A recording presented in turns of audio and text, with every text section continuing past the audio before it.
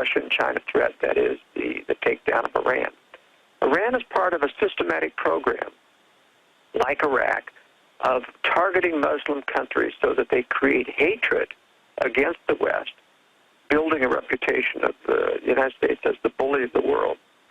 And the purpose is to take some of the major constituencies that used to be supporters of the old Soviet Union, that is the Slavic people and the Muslim people were the major constituents, and turn them into hatred against the West. That's the reason, for example, in the intervention in the Balkans, why the United States went after civilian infrastructure in Syria, taking down bridges, hospitals, schools, televisions, radio stations, power plants.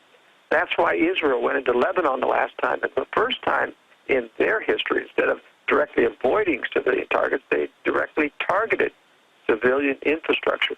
Part of this, I believe, is it's hard for Americans to think about this type of philosophy engulfing America, but it really is an Hegelian dialectic that you're creating conflict, you're creating hatred against your own nation. And for what purpose? To justify Russia and China eventually attacking the West. And they have to have a reason, or they don't want to be viewed as the bullies themselves. And so the main rationale for this war eventually is that someone has to stop the bully of the world, which will be NATO and the United States.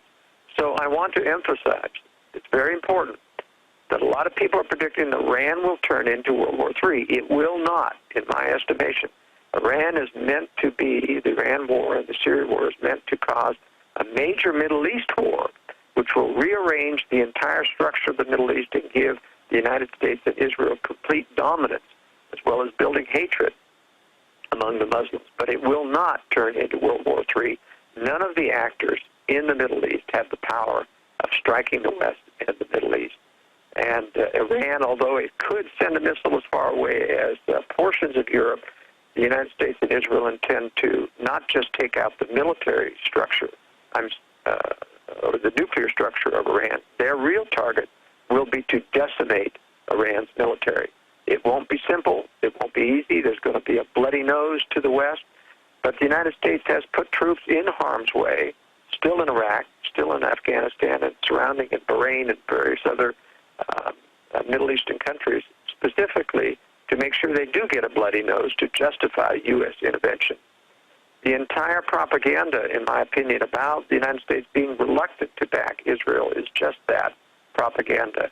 We've known as far as 2004